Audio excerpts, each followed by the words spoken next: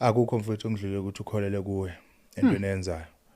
zazi wena kuqala ngoba akekho umuntu ozokwazi kangcono ngidlula wena uzolindela ukuthi wena khona abantu abazokwenzela zifake mfowethu uyabona kunesikhathi sokuthi kuze kukhandeke leligama lakho ufanele uriske uhamba imicimbi engakhokhi uyabona uspend imali uhamba uyodlala eKZN usuke eGoli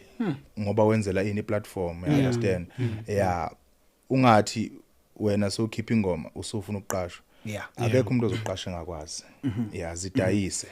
futhi sekusimple kakhulu ke kubaculi bamanje ngoba sekukhona uTikTok khona uFacebook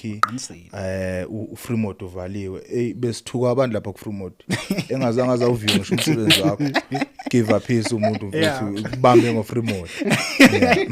akabona ukuthi kwenzakala nafuna ukwazi uneqhawe lakhe athi iyabheda leyo nto leyo wena yeka lento yakho understand akakunikanga thuba ukubekezela mfethu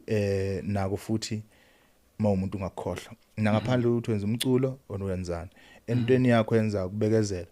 ungakuyeki phusha kakhulu entweni yakho uNkulunkulu nayo khona uyasebenza futhi uyamthanda umuntu oyihluphayo